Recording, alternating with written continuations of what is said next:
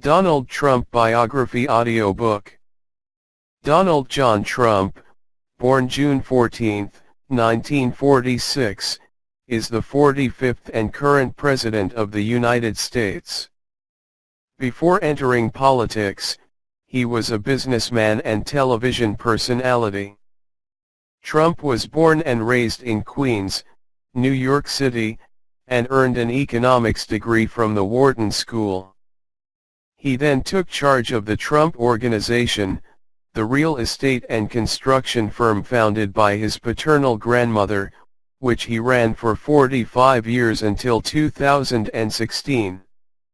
During his real estate career, Trump built, renovated, and managed numerous office towers, hotels, casinos, and golf courses. Besides real estate, he started several side ventures and has licensed the use of his name for the branding of various products and properties, including Trump Entertainment Resorts, Trump Steaks, and Trump Vodka. He was the founder of Trump University.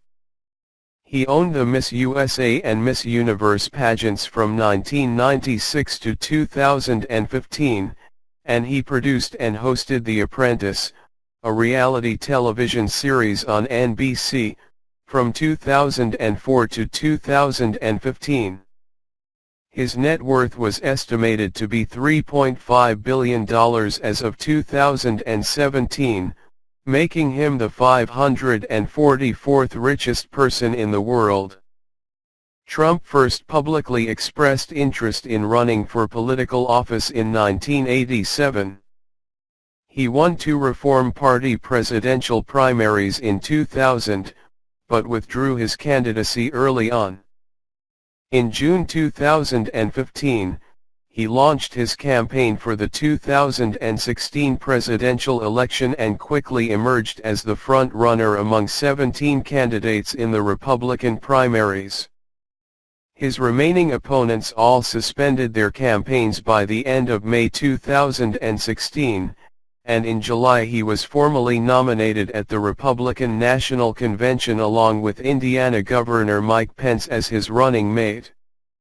Many of his campaign statements were controversial or false, generating much free media coverage. Trump won the general election on November 8, 2016, in a surprise victory against Democratic opponent Hillary Clinton and commenced his presidency on January 20, 2017. He became the oldest and wealthiest person ever to assume the presidency, the first without prior military or government service, and the 5th to have won the election while losing the popular vote. His political positions have been described by scholars and commentators as populist, protectionist, and nationalist. Family and personal life. Trump's ancestors originated from the German village of Karlstadt, Palatinate on his father's side, and from the Outer Hebrides Isles of Scotland on his mother's side. All his grandparents, and his mother, were born in Europe. His mother's grandfather was also christened Donald. Trump's paternal grandfather, Friedrich Trump, first emigrated to the United States in 1885 at the age of 16, and became a citizen in 1892. He amassed a fortune operating boomtown restaurants and boarding houses in the Seattle area and the Klondike region of Canada, during the Gold Rush. On a visit to Karlstadt, he met Elizabeth Christ and married her in 1902. The couple settled in New York definitively in 1905. Friedrich died from influenza during the 1918 pandemic. Trump's father Fred was born in 1905 in the Bronx, and started working with his mother in real estate when he was 15, shortly after his father's death. Their company, Elizabeth Trump and Son, was primarily active in the New York boroughs of Queens and Brooklyn. Fred eventually built and sold thousands of houses, barracks, and apartments. The company would later become the Trump Organization when Donald Trump took over in 1971. Donald's mother Mary Ann was born in Tong, Lewis, Scotland. In 1930, at age 18, she emigrated to New York where she worked as a maid. Fred and Mary were married in 1936 and raised their family in Queens. Fred's brother John, Donald Trump's uncle, became a notable physicist and inventor. Early life and education. A black and white photograph of Donald Trump as a teenager, smiling and wearing a dark uniform with various badges and a light-colored stripe crossing his right shoulder. This image was taken while Trump was in the New York Military Academy in 1964. Trump at New York Military Academy, 1964. Donald Trump was born on June 14, 1946 at the Jamaica Hospital Medical Center, Queens, New York City. He was the fourth of 5 children born to Frederick Christ Fred Trump, 1905, 1999, and Mary Ann Trump, née MacLeod, 1912, 2000. His siblings are Mary Ann, born 1937, Fred Jr. 1938, 1981, Elizabeth, born 1942, and Robert, born 1948. Trump grew up in the Jamaica Estates neighborhood of Queens, New York. He attended the Kew Forest School from kindergarten through 7th grade. At age 13, Trump's parents enrolled him in the New York Military Academy, after discovering Donald made frequent trips into Manhattan without permission.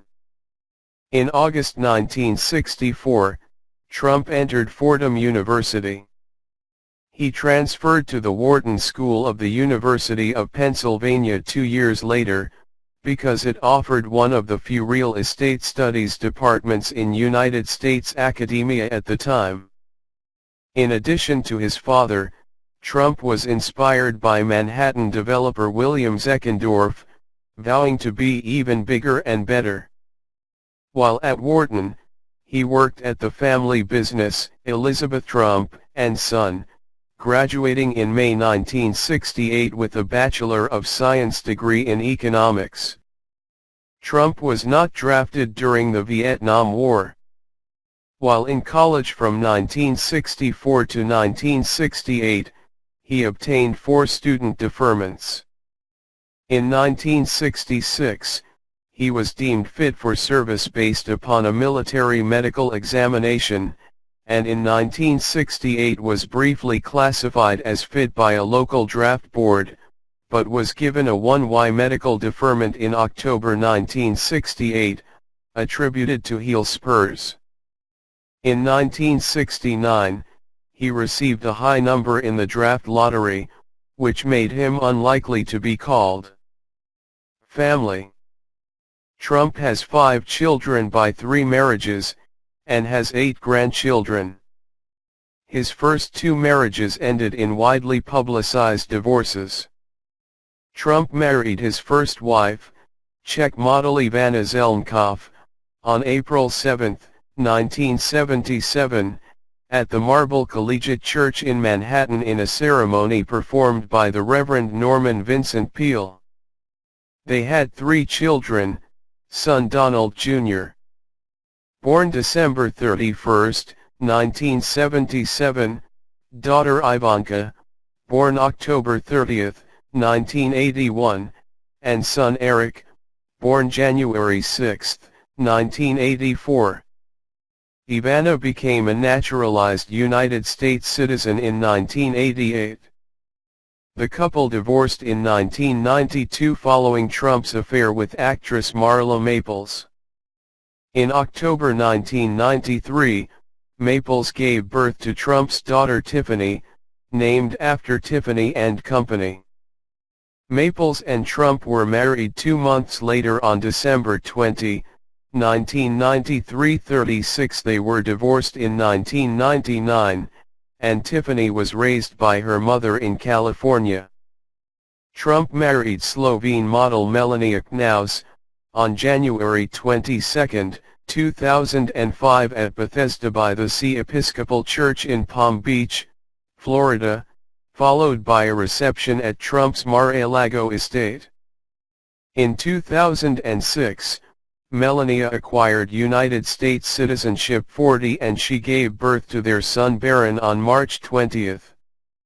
Upon Trump's accession to the presidency, Melania became First Lady of the United States. Prior to his inauguration as president, Trump delegated the management of his real estate business to his 2 adult sons, Eric and Don Jr. His daughter Ivanka resigned from the Trump Organization and moved to Washington with her husband Jared Kushner. She serves as assistant to the president, while he is a senior advisor in the White House. Trump's elder sister, Marianne Trump Berry, is an inactive federal appeals court judge on the Third Circuit. Religion. Trump's ancestors were Lutherans on his father's side in Germany and Presbyterian on his mother's side in Scotland. His parents married in a Manhattan Presbyterian church in 1936. As a child, he attended the First Presbyterian Church in Jamaica, Queens, and had his confirmation there. In the 1970s, his family joined the Marble Collegiate Church, an affiliate of the Reformed Church in America, in Manhattan. The pastor at that church, Norman Vincent Peale, author of The Power of Positive Thinking and the Art of Living, ministered to Trump's family and mentored him until Peale's death in 1993. Trump, who is Presbyterian, has cited Peale and his works during interviews when asked about the role of religion in his personal life. Trump participates in the Holy Communion, but usually does not ask God for forgiveness. He stated, "I think if I do something wrong, I just try and make it right. I don't bring God into that picture." On the campaign trail, Trump has referred to The Art of the Deal as his second favorite book after the Bible, saying nothing beats the Bible. 55. In a 2016 speech to Liberty University, he referred to 2 Corinthians instead of 2 Corinthians, eliciting chuckles from the audience. Despite this, the New York Times reported that evangelical Christians nationwide thought that his heart was in the right place, that his intentions for the country were pure. Trump has had relationships with a number of Christian spiritual leaders, including Florida pastor Paula White, who has been called his closest spiritual confidant. 58. In 2015, he received a blessing from Greek Orthodox priest Emanuel Lemelson, and in 2016, he released a list of his religious advisors, including James Dobson, Jerry Falwell Jr., Ralph Reed, and others. Referring to his daughter Ivanka's conversion to Judaism before her marriage to Jared Kushner, Trump said, "I have a Jewish daughter, and I am very honored by that." Health. A 2016 medical report issued by his doctor, Harold Bornstein MD, showed that Trump's blood pressure, liver, and thyroid function were in normal ranges. Trump says that he has never smoked cigarettes or consumed other drugs, including marijuana. He also drinks no alcohol, a decision arising in part from watching his older brother Fred Jr. suffer from alcoholism until his early death in 1981. Wealth. Trump has said that he began his career with a small loan of $1 million from his father. Trump appeared on the initial Forbes list of wealthy individuals in 1982 with an estimated $200 million fortune, including an undefined share of the fortune belonging to his family and father.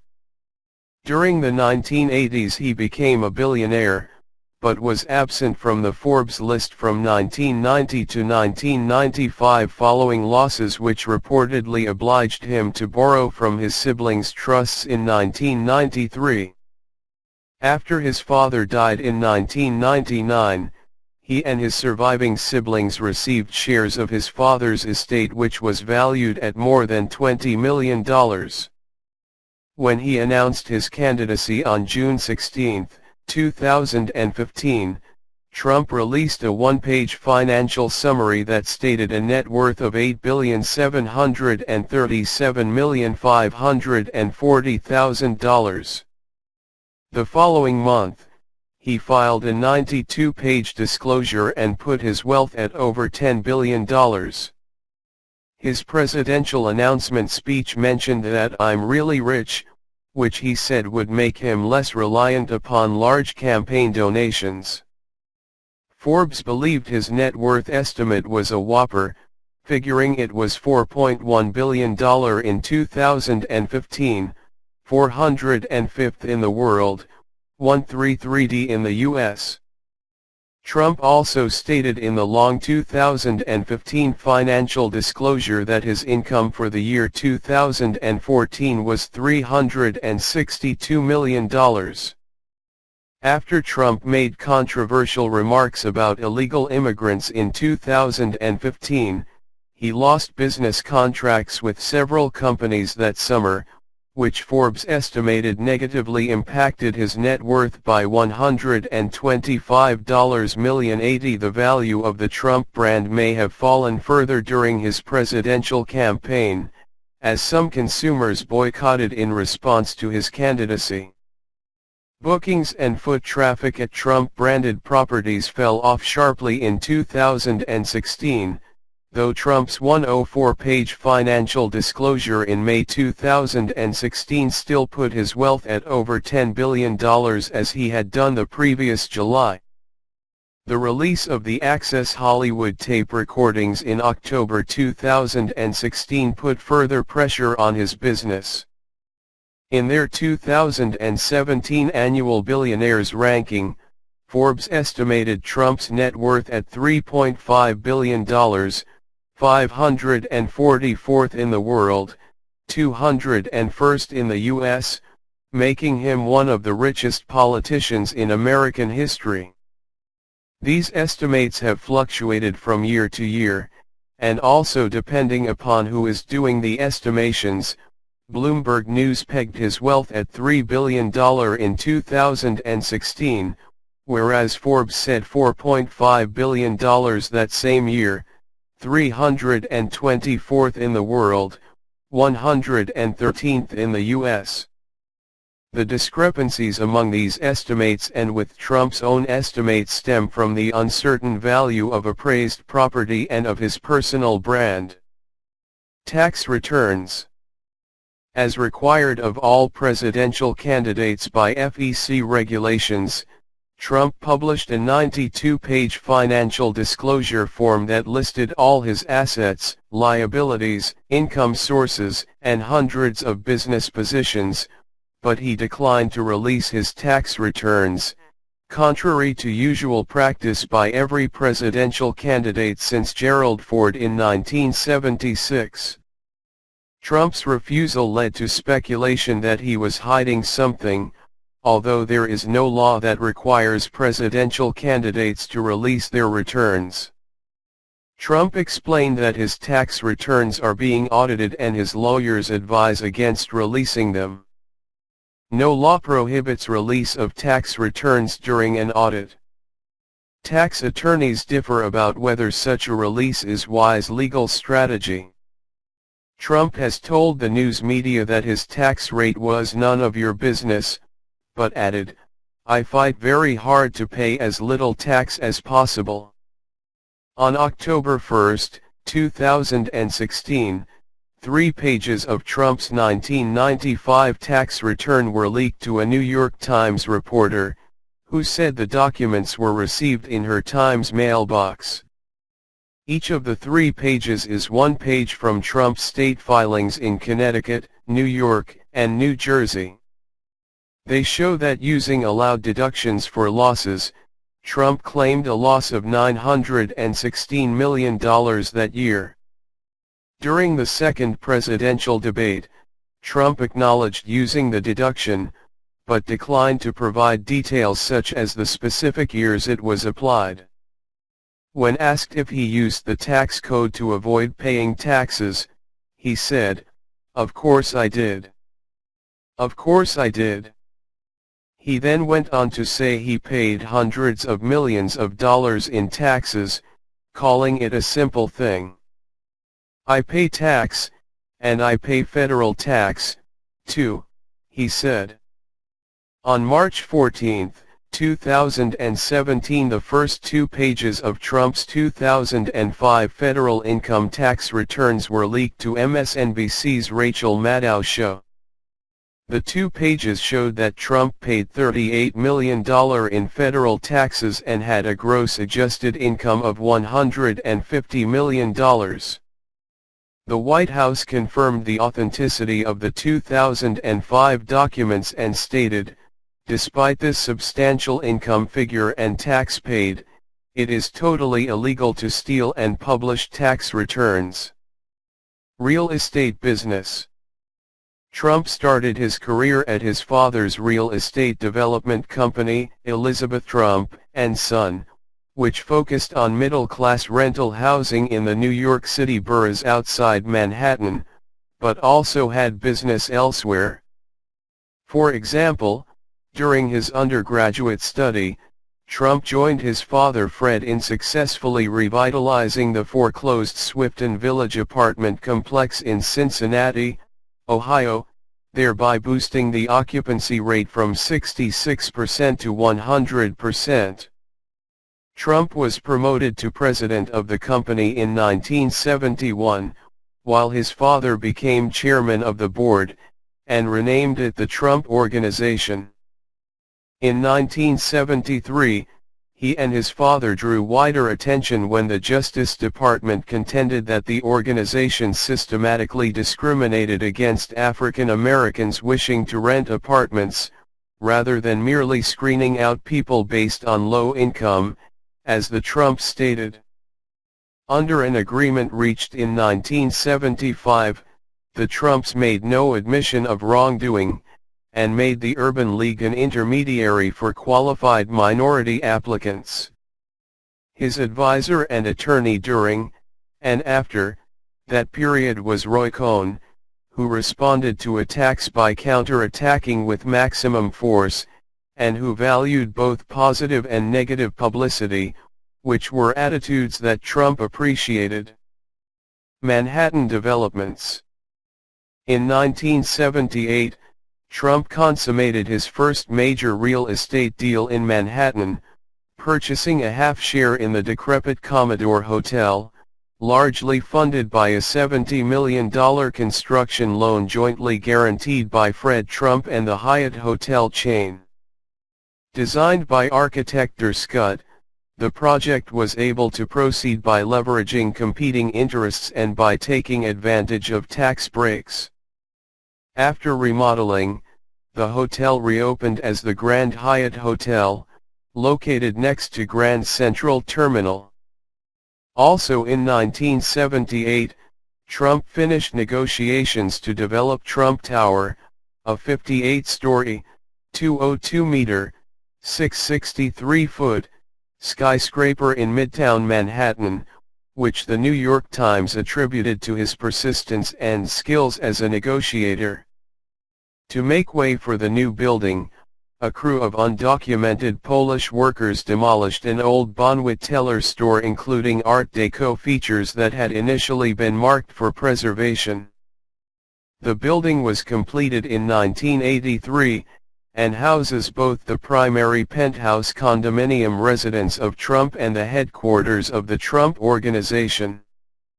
Architectural critic Paul Goldberger said in 1983 that he was surprised to find the tower's atrium was the most pleasant interior public space to be completed in New York in some years. Trump Tower was the setting of the NBC television show The Apprentice, and includes a fully functional television studio set. Repairs on the Woolman Rink, originally opened in 1949 in Central Park, were started in 1980 by a general contractor unconnected to Trump. Despite an expected 2.5-year construction schedule, the repairs were not completed by 1986. Trump took over the project, completed it in 3 months for $775,000 less than the initial budget of $1.95 million, and operated the rink for 1 year with all profits going to charity in exchange for the rink's concession rights. In 1988, Trump acquired the Plaza Hotel in Manhattan for a record-setting $407 million, and asked his wife Ivana to manage its operation. Trump invested $50 million to restore the building, which he called the Mona Lisa. According to hotel expert Thomas McConnell, the Trumps boosted it from a 3-star to a 4-star ranking, and sold it in 1995, by which time Ivana was no longer involved. In 1994, Trump became involved with a building on Columbus Circle which was swaying in the wind. He began a reconstruction project that stopped the swaying and gave the building a full makeover. Trump thereafter owned commercial space in that 44-story mixed-use tower, hotel and condominium, which he named Trump International Hotel and Tower. In 1996, Trump acquired a vacant 70-story skyscraper on Wall Street which had briefly been the tallest building in the world when it was completed in 1930. After an extensive renovation, the high-rise was renamed the Trump Building at 40 Wall Street. In 1997, he began construction on Trump Place, a multi-building development along the Hudson River, and encountered delays the following year because a subcontractor had to replace defective concrete. Ultimately, he and the other investors in that project sold their interest in 2005 for $1.8 billion, in what was then the biggest residential sale in the history of New York City. From 1994 to 2002, Trump owned a 50% share of the Empire State Building. He would have renamed it to Trump Empire State Building Tower Apartments if he had been able to boost his share. In 2001, across from the headquarters of the United Nations, he completed Trump World Tower, which for a while was the tallest all-residential tower in the world. Trump acquired the former Hotel Delmonico in Manhattan in 2002, which reopened with 35 stories of luxury condominiums in 2004 as the Trump Park Avenue. Meanwhile, he continued to own millions of square feet of other prime Manhattan real estate. Palm Beach Estate. Trump acquired the historic Mar-a-Lago estate in Palm Beach, Florida in 1985 for $5 million, plus $3 million for the home's furnishings. It was built in the 1920s by heiress and socialite Marjorie Merriweather Post, who envisioned the house as a future winter retreat for American presidents. Trump's initial offer of $28 million had been rejected, and he was able to get the property at the much lower price by purchasing separate beachfront property and threatening to build a house on it that would block Mar-a-Lago's ocean view. In addition to using the estate as a home, Trump also turned it into a private club open to everyone who could afford the initiation fee of $100,000 plus annual dues. In 1986, he acquired a foreclosed, 33-story, Twin Tower condominium complex in nearby West Palm Beach for $40 million, with automobile manufacturing executive Lee Iacocca investing in 3 of the condos. Despite sprucing up its public areas, and years of heavy promotion, selling the units proved difficult, and the deal turned out to be unprofitable. Atlantic City Casinos. New Jersey legalized gambling in 1977, and the following year Trump was in Atlantic City, New Jersey to explore how he might get involved. 7 years later, Harris at Trump Plaza Hotel and Casino opened there, built by Trump with financing from Holiday Corporation, which also was managing that business. Renamed Trump Plaza soon after opening, it was then the tallest building in Atlantic City. The casino's poor results exacerbated disagreements between Trump and Holiday Corp., which led to Trump paying $70 million in May 1986 to buy out their interest in the property. Trump also acquired a partially completed building in Atlantic City from the Hilton Corporation for $320 million.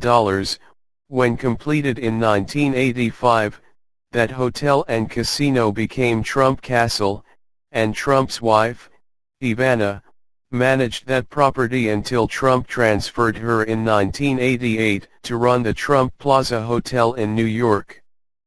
Also in 1988, Trump acquired his 3rd casino in Atlantic City, the Taj Mahal, then halfway through construction, by making a complex transaction with the television host and entertainer Merv Griffin, as well as the resort and casino company Resorts International.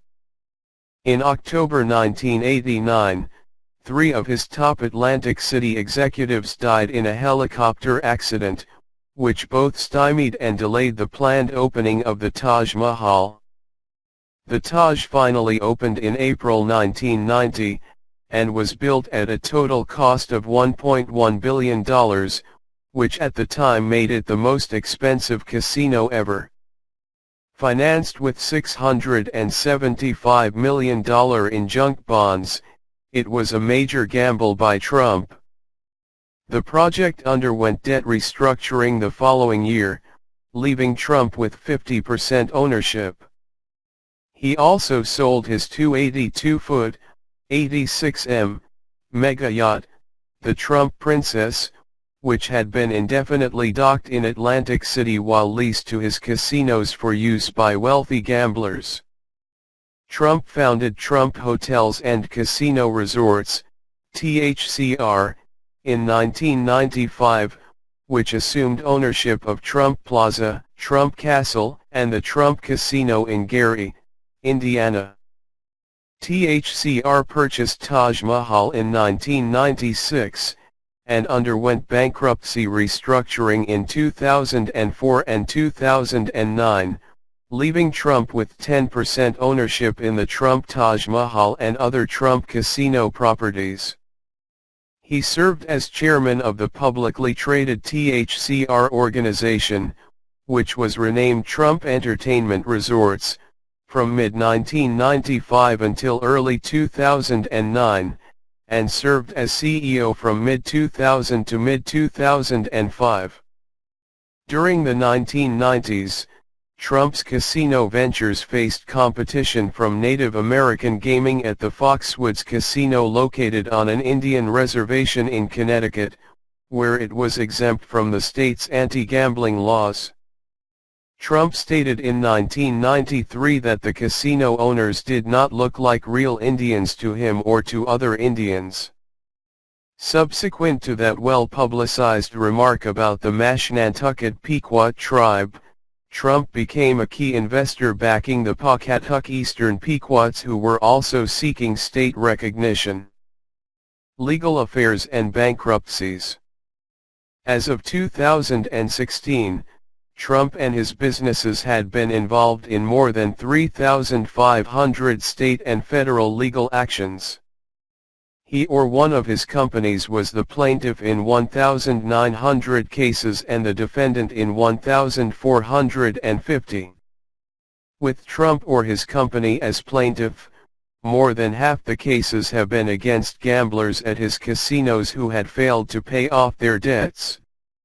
With Trump or his company as a defendant, the most common type of case involved personal injury cases at his hotels. In cases where there was a clear resolution, Trump's side won 451 times and lost 38. Trump has never filed for personal bankruptcy, but his hotel and casino businesses have been declared bankrupt 6 times between 1991 and 2009 in order to renegotiate debt with banks and owners of stock and bonds. Because the businesses used Chapter 11 bankruptcy, they were allowed to operate while negotiations proceeded. Trump was quoted by Newsweek in 2011 saying, "I do play with the bankruptcy laws, they're very good for me as a tool for trimming debt." The 6 bankruptcies were the result of over-leveraged hotel and casino businesses in Atlantic City and New York: Trump Taj Mahal, 1991, Trump Plaza Hotel and Casino, 1992, Plaza Hotel, 1992, Trump Castle Hotel and Casino, 1992, Trump Hotels and Casino Resorts, 2004, and Trump Entertainment Resorts, 2009. Trump said, "I've used the laws of this country to pare debt. We'll have the company. We'll throw it into a chapter. We'll negotiate with the banks. We'll make a fantastic deal. You know, it's like on The Apprentice. It's not personal. It's just business." A 2016 analysis of Trump's business career by The Economist concluded that his performance from 1985 to 2016 has been mediocre compared with the stock market and property in New York, noting both his successes and bankruptcies. A subsequent analysis by The Washington Post concluded that Trump is a mix of braggadocio, business failures, and real success, calling his casino bankruptcies the most infamous flop of his business career. Golf courses. The Trump Organization operates many golf courses and resorts in the United States and around the world. According to Golf Week, Trump owns or manages about 18 golf courses. His personal financial disclosure with the Federal Elections Commission stated that his golf and resort revenue for the year 2015 was roughly $382 million, while his 3 European golf courses did not show a profit. In 2006, Trump bought 1,400 acres, 570 ha, including the Meany estate in Balmeedy, Aberdeenshire, Scotland, and created a golf resort there. Scottish supporters emphasized potential economic benefits, and opponents emphasized potential environmental harm to a site of special scientific interest, SSSI. A spokesperson for the golf course has said 95% of the SSSI is untouched. A 2011 independent documentary, "You've Been Trumped," chronicled the golf resort's construction and struggles. In 2015, an offshore wind farm being built within sight of the golf course prompted a legal challenge by Trump, which was dismissed by the UK Supreme Court. In the wake of the 2008 recession, Trump greatly scaled back development of this property, and as of December 2016 Scottish officials were pushing for completion of the far larger development as originally approved. In April 2014, Trump purchased the Turnberry Hotel and Golf Resort in Ayrshire, Scotland, which hosted the Open Championship 4 times between 1977 and 2009. After extensive renovations and a remodeling of the course by golf architect Martin Ebert, Turnberry was reopened in June 2016. Russian projects and investors. Trump pursued business deals in Russia starting in 1987, and in 1996 filed trademark applications for potential Russian real estate development deals, but none of those deals ever materialized. Along with his partners and children, Trump visited Moscow several times, connecting with developers and government officials to explore joint venture opportunities that never panned out.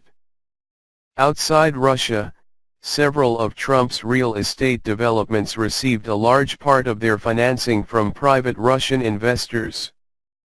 In 2008, his son Donald Trump Jr. said Russians make up a pretty disproportionate cross-section of a lot of our assets and we see a lot of money pouring in from Russia. Trump hosted the 2013 Miss Universe pageant in Moscow, in partnership with Russian billionaire Arasy Galarev, and his Russia ties came under intense investigative reporting during and after the 2016 presidential campaign. Other real estate activities. In the late 2000s and early 2010s, the Trump Organization expanded its footprint in the United States beyond New York and into a few other countries, with the co-development and management of hotel towers in Chicago, Las Vegas, Washington, D.C., Panama City, Toronto, and Vancouver. There are also Trump-branded buildings in Dubai, Honolulu, Istanbul, Manila, Mumbai, and in Indonesia. Resignation. When Trump was elected president in November 2016, questions arose over how he would avoid conflicts of interest between his work in the White House and his business activities. At a press conference on January 10, 2017, Trump said that he and his daughter Ivanka would resign all roles with the Trump Organization, while his two oldest sons Don Jr. and Eric would run the business, together with Chief Financial Officer Alan Weisselberg. Trump retained his financial stake in the business. His attorney Sherry Dillon said that before the January 20 inauguration, Trump would put those business assets into a trust, which would hire an ethics advisor and a compliance counsel. She added that the Trump Organization would not pursue any new foreign business deals, while continuing to pursue domestic opportunities. As of April 2017, Trump companies owned more than 400 condo units and home lots in the United States, valued at $250 million in total, $200,000 to $35 million each. Side ventures. After Trump took charge of the family real estate firm in 1971 and renamed it the Trump Organization, he not only greatly expanded its real estate operations, but also ventured into numerous other business activities. The company eventually became the umbrella organization for several hundred individual business ventures and partnerships. Sports events. In September 1983, Trump purchased the New Jersey Generals, an American football team that played in the United States Football League, from oil magnate J. Walter Duncan. The USFL played its first 3 seasons during the spring and summer, but Trump convinced the majority of the owners of other USFL teams to move the USFL's 1986 schedule to the fall. He argued that the new schedule would coincide with the National Football League and would eventually force a merger with the NFL, thereby significantly increasing their investment. After the 1985 season, the Generals merged with the Houston Gamblers, but the organization experienced continuous financial difficulties. The USFL was down to just 7 active franchises from a high of 18 and was soon forced to fold, despite winning an antitrust lawsuit against the NFL. Trump remained involved with other sports after the Generals folded, operating golf courses in several countries. He also hosted several boxing matches in Atlantic City at the Trump Plaza, including Mike Tyson's 1988 fight against Michael Spinks, and at one time, acted as a financial advisor to Tyson. In 1989 and 1990, Trump lent his name to the Tour de Trump cycling stage race, which was an attempt to create an American equivalent of European races such as the Tour de France or the Giro d'Italia. The inaugural race was controversial, and Trump withdrew his sponsorship after the second Tour de Trump in 1990, because his other business ventures were experiencing financial woes. The race continued for several more years as the Tour DuPont. Trump submitted a stalking horse bid on the Buffalo Bills when it came up for sale following Ralph Wilson's death in 2014. He was ultimately outbid, as he expected, and Kim and Terrence Pegula won the auction. During his 2016 presidential run, he was critical of the NFL's updated concussion rules, complaining on the campaign trail that the game has been made soft and weak, saying a concussion is just a ding on the head. He accused referees of throwing penalty flags needlessly just to be seen on television so their wives see them at home. Beauty pageants and model management. From 1996 until 2015, Trump owned part or all of the Miss Universe pageants, which were founded in 1952. The Miss Universe pageants include Miss USA and Miss Teen USA, and his management of this business involved his family members. For example, daughter Ivanka once hosted Miss Teen USA. Trump hired the first female president of the Miss Universe business in 1997. He became dissatisfied with how CBS scheduled the pageants, and took both Miss Universe and Miss USA to NBC in 2002. In 2015, NBC and Univision both ended their business relationships with the Miss Universe organization after Trump's controversial 2015 presidential campaign remarks about Mexican illegal immigrants. Trump subsequently filed a $500 million lawsuit against Univision, alleging a breach of contract and defamation.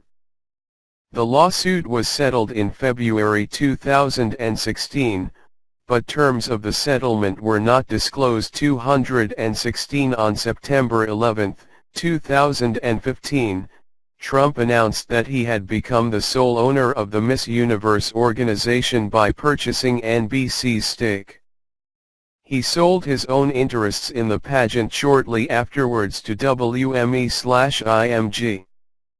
In 1999, a few years after buying into Miss Universe, Trump founded a modeling company, Trump Model Management, which operates in the Soho neighborhood of Lower Manhattan. Together with another Trump company, Trump Management Group LLC, Trump Model Management has brought hundreds of foreign fashion models into the United States to work in the fashion industry since 2000. This business and the beauty pageants overlapped somewhat, with various pageant contestants getting modeling contracts. Trump University. Trump University LLC was an American for-profit education company that ran a real estate training program from 2005 until at least 2010. After multiple lawsuits, the business is now defunct. It was founded by Trump and his associates, Michael Sexton and Jonathan Spitalny, and offered courses, charging between $1,500 and $35,000 per course.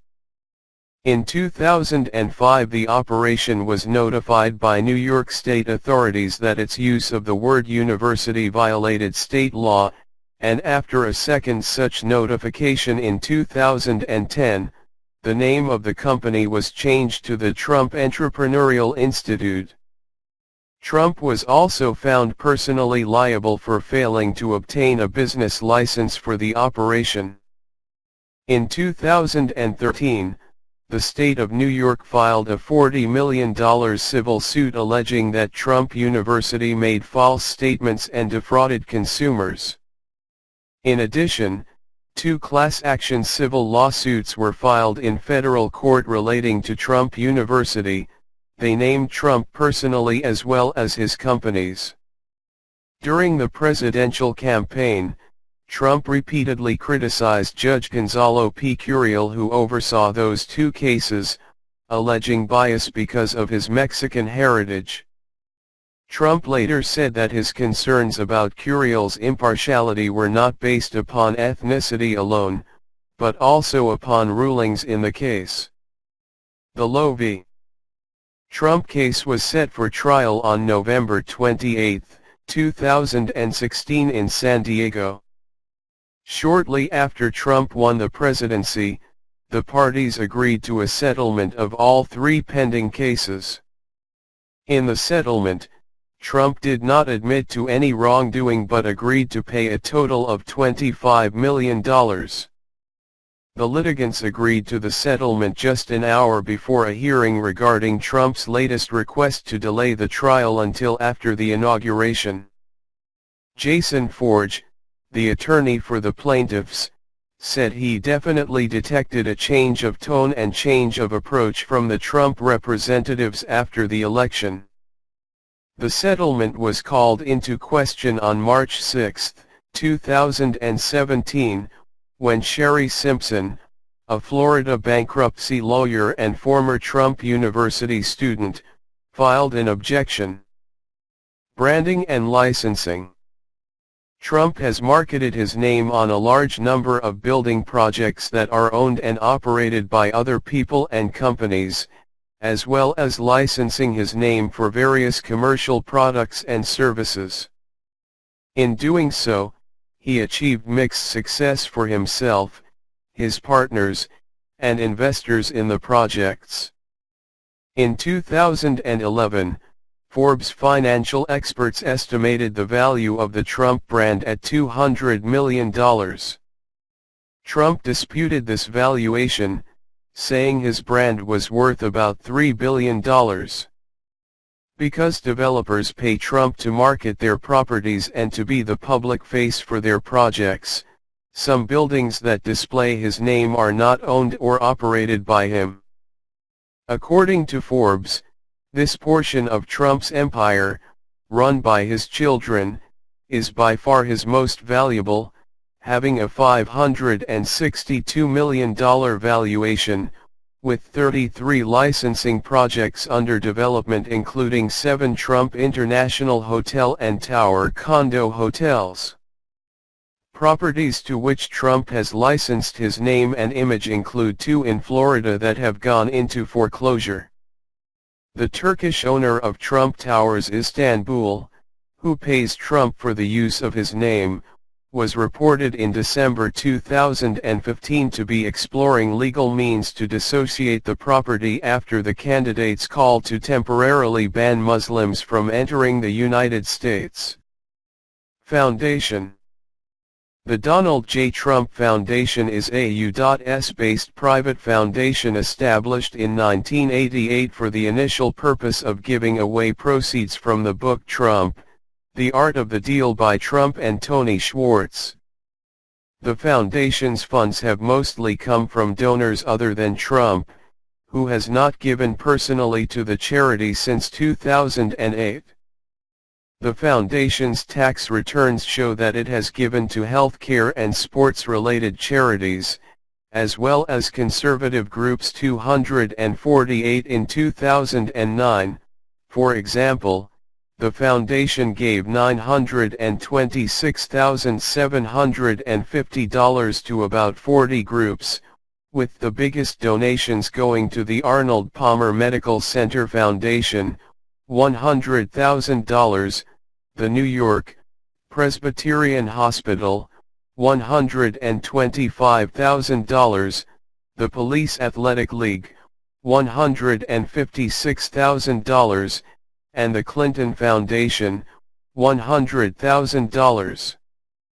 From 2004 to 2014, the top donors to the foundation were Vince and Linda McMahon of WWE, who donated $5 million to the foundation after Trump appeared at WrestleMania in 2007. Linda McMahon later became administrator of the Small Business Administration.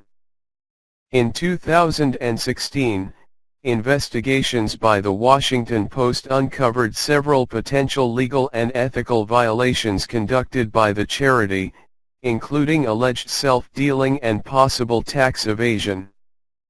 After beginning an investigation into the foundation, the New York State Attorney General's office notified the Trump Foundation that it was allegedly in violation of New York laws regarding charities, and ordered it to immediately cease its fundraising activities in New York. A Trump spokesman called the investigation a partisan hit job. In response to mounting complaints, Trump's team announced in late December 2016 that the Trump Foundation would be dissolved to remove even the appearance of any conflict with his role as president. Media career. Trump has twice been nominated for an Emmy Award and has made cameo appearances in 12 films and 14 television series. He has also played an oil tycoon in The Little Rascals 258 and had a singing role at the 58th Primetime Emmy Awards in 2006. Trump is a member of the Screen Actors Guild and receives an annual pension of more than $110,000. He has been the subject of comedians, flash cartoon artists, and online caricature artists. Starting in the 1990s, he was a guest about 24 times on the nationally syndicated Howard Stern show on talk radio. Trump also had his own daily talk radio program called Trumped, from 2004 to 2008. The Apprentice. In 2003, Trump became the executive producer and host of the NBC reality show The Apprentice, in which a group of competitors battled for a high-level management job in one of Trump's commercial enterprises. Contestants were successively fired and eliminated from the game. For the first year of the show, Trump earned $50,000 per episode, roughly $700,000 for the first season, but following the show's initial success, he was paid $1 million per episode. 266. In a July 2015 press release, Trump's campaign manager said that NBC Universal had paid him $213,606,575 for his 14 seasons hosting the show, although the network did not verify the statement. In 2007, Trump received a star on the Hollywood Walk of Fame for his contribution to television on The Apprentice. Along with British TV producer Mark Burnett, Trump was hired as host of The Celebrity Apprentice, in which celebrities compete to win money for their charities. While Trump and Burnett co-produced the show, Trump stayed in the forefront, deciding winners and firing losers. International versions of The Apprentice franchise were co-produced by Burnett and Trump. On February 16, 2015, NBC announced that they would be renewing The Apprentice for a 15th season. On February 27, Trump stated that he was not ready to sign on for another season because of the possibility of a presidential run. Despite this, on March 18, NBC announced they were going ahead with production.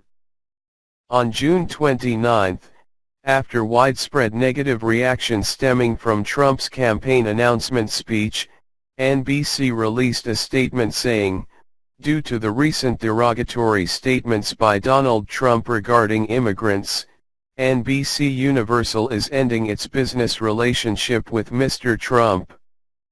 After Trump's election campaign and presidential win led to his departure from the program, actor and former California Governor Arnold Schwarzenegger replaced Trump as host for the 15th season. Trump is still credited as an executive producer for the show. Professional wrestling appearances. Trump is a World Wrestling Entertainment fan and a friend of WWE Chairman Vince McMahon. In 1988-89 Trump hosted WrestleMania 4 and V at Boardwalk Hall, dubbed Trump Plaza for storyline purposes, and has been an active participant in several of the shows. He also appeared in WrestleMania 7, and was interviewed ringside at WrestleMania XX. Trump appeared at WrestleMania 23 in a match called the Battle of the Billionaires. He was in Bobby Lashley's corner, while Vince McMahon was in the corner of Lashley's opponent Umaga, with Stone Cold Steve Austin as the special guest referee. The terms of the match were that either Trump or McMahon would have their head shaved if their competitor lost. Lashley won the match, and so McMahon was shaved bald. On June 15, 2009, McMahon announced as part of a storyline on Monday Night Raw that he had sold the show to Trump. Appearing on screen, Trump declared that he would be at the following commercial-free episode in person and would give a full refund to the people who purchased tickets to the arena for that night's show. McMahon bought back Raw the following week for twice the price. In 2013, Trump was inducted into the celebrity wing of the WWE Hall of Fame at Madison Square Garden for his contributions to the promotion. He made his sixth WrestleMania appearance the following night at WrestleMania 29. Political career up to 2015. Early involvement in politics. Trump first vaguely expressed interest in running for office in 1987, when he spent almost $100,000 to place full-page advertisements in several newspapers. In his view at that time, America should stop paying to defend countries that can afford to defend themselves, and should present Western Europe and Japan with a bill for America's efforts to safeguard the passage of oil tankers in the Persian Gulf.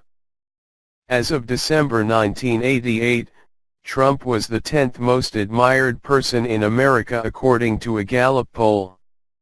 Trump considered running for president in 1988, 2000, 2004, and 2012, and for governor of New York in 2006 and 2014, but aside from 2000 did not enter any of those races.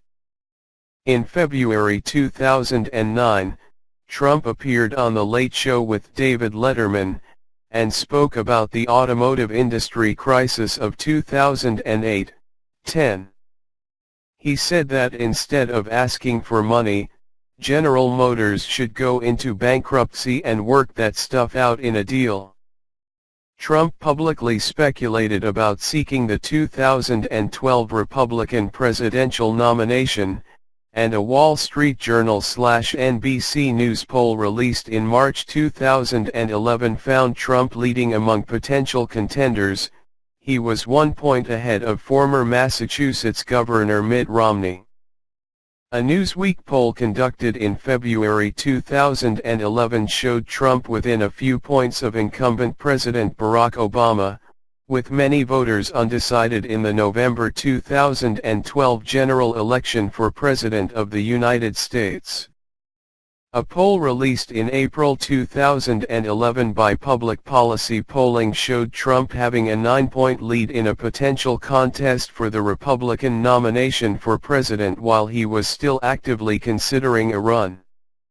His moves were interpreted by some media as possible promotional tools for his reality show The Apprentice. Trump played a leading role in birther conspiracy theories that had been circulating since President Obama's 2008 presidential campaign. Beginning in March 2011, Trump publicly questioned Obama's citizenship and eligibility to serve as president.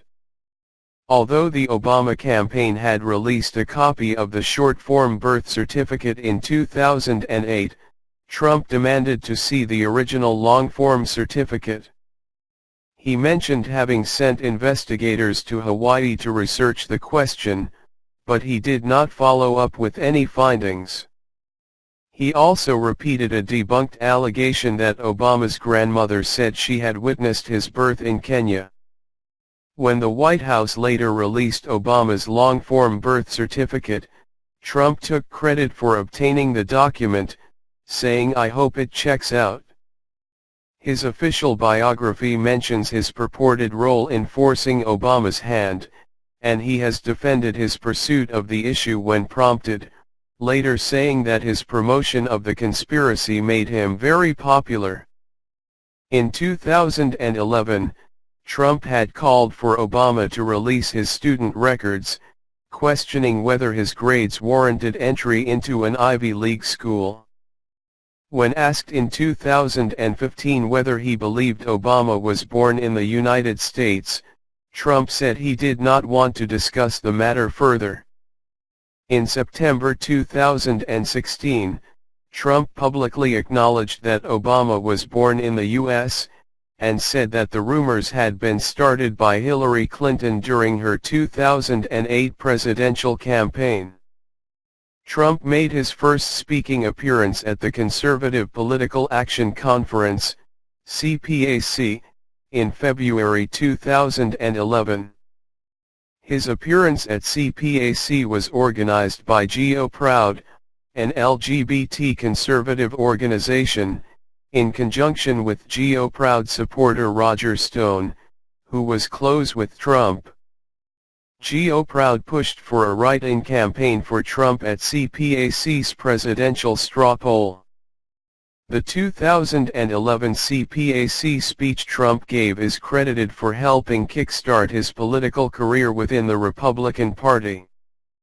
Christopher R. Barron, co-founder of Geo Proud, would later endorse Trump's 2016 presidential campaign, and launch LGBT for Trump, a political campaign with the goal of encouraging lesbian, gay, bisexual and transgender, LGBT, people to support Trump. In the 2012 Republican primaries, Trump generally had polled at or below 17% among the crowded field of possible candidates.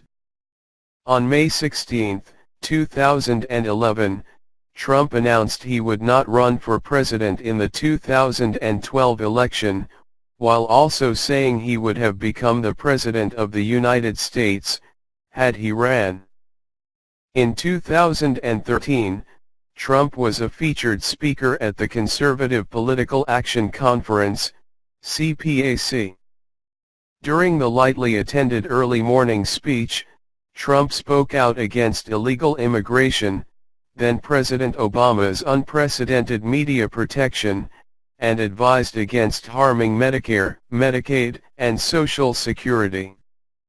Additionally, Trump spent over $1 million in 2013 to research a possible run for President of the United States. In October 2013, New York Republicans circulated a memo suggesting Trump should run for governor of the state in 2014 against Andrew Cuomo. In response to the memo, Trump said that while New York had problems and that its taxes were too high, running for governor was not of great interest to him. In January 2014, Trump made statements denying climate change that were discordant with the opinion of the scientific community. A February 2014 Quinnipiac poll had shown Trump losing to the more popular Cuomo by 37 points in a hypothetical election. In February 2015, Trump told NBC that he was not prepared to sign on for another season of The Apprentice, as he mulled his political future. Political affiliations. Trump's political party affiliation has changed numerous times over the years. Trump was a Democrat prior to 1987. In 1987, Trump registered as a Republican in Manhattan. In 1999, Trump switched to the Reform Party and ran a presidential exploratory campaign for its nomination. After his run, Trump left the party in 2001, ostensibly due to the involvement of David Duke, Pat Buchanan, and Lenora Fulani 323. From 2001 to 2008, Trump identified as a Democrat, but in 2008, he endorsed Republican John McCain for president. In 2009, he officially changed his party registration to Republican. In December 2011, Trump became an independent for 5 months before returning to the Republican Party, where he later pledged to stay. Trump has made contributions to campaigns of both Republican Party and Democratic Party candidates, with the top 10 recipients of his political contributions being 6 Democrats and 4 Republicans. After 2011, his campaign contributions were more favorable to Republicans than to Democrats. In February 2012, Trump openly endorsed Republican Mitt Romney for President 329 when asked in 2015 which recent president he prefers. Trump picked Democrat Bill Clinton over the Republican Bushes. According to a New York State report, Trump circumvented corporate and personal campaign donation limits in the 1980s, although no laws were broken by donating money to candidates from 18 different business subsidiaries, rather than donating primarily in his own name. Trump told investigators he did so on the advice of his lawyers. He also said the contributions were not to gain favor with business-friendly candidates, but simply to satisfy requests from friends. 2000 Presidential Campaign. In 1999, Trump filed an exploratory committee to seek the presidential nomination of the Reform Party in 2000. A July 1999 poll matching him against likely Republican nominee George W. Bush and likely Democratic nominee Al Gore showed Trump with 7% support. Trump eventually dropped out of the race due to party infighting, but still won the party's California and Michigan primaries after doing so. 2016 Presidential Campaign. On June 16, 2015, Trump announced his candidacy for President of the United States at Trump Tower in Manhattan. In the speech, Trump drew attention to domestic issues such as illegal immigration, offshoring of American jobs, the U.S. national debt, and Islamic terrorism, which all remained large priorities during the campaign. He also announced his campaign slogan, "Make America Great Again." In his campaign, Trump said that he disdained political correctness. He also stated that the media had intentionally misinterpreted his words, and he made other claims of adverse media bias. In part due to his fame, Trump received an unprecedented amount of free media coverage during his run for the presidency, which elevated his standing in the Republican primaries. Republican leaders such as House Speaker Paul Ryan were hesitant to support him during his early quest for the presidency. They doubted his chances of winning the general election and feared that he could harm the image of the Republican Party. The alt-right movement coalesced around Trump's candidacy, due in part to its opposition to multiculturalism and immigration. The connection of this group to the Trump campaign is controversial, Writers such as John Ronson have suggested that the link between Trump and right-wing figures such as Alex Jones and Roger Stone is a marriage of convenience.